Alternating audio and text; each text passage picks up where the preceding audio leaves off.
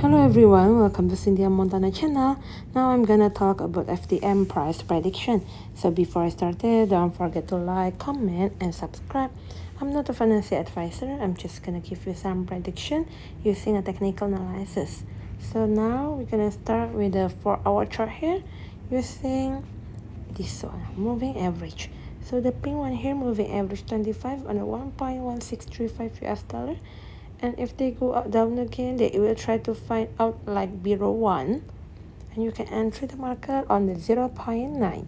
For the RSI stochastic also is still on the natural, go to the oversold position, but if they can go up, then it will try to go up to the pink one side here, moving average 25 on the 1.1635 US dollar. And next one is to the yellow one, moving average 7 on the 1.197 US dollar. For the Bollinger Band here, let's try to push down again, go to the purple one, lower band on the 0.9985 US dollar here. But if they can go up, they go at 1.164. Next one, we're gonna see on the daily chart, basically having a daily chart go down, close the green bar here, go down in here. The purple one 0.97, and if you want to enter, then you can enter slightly on that below that price, below 0.975 US dollar.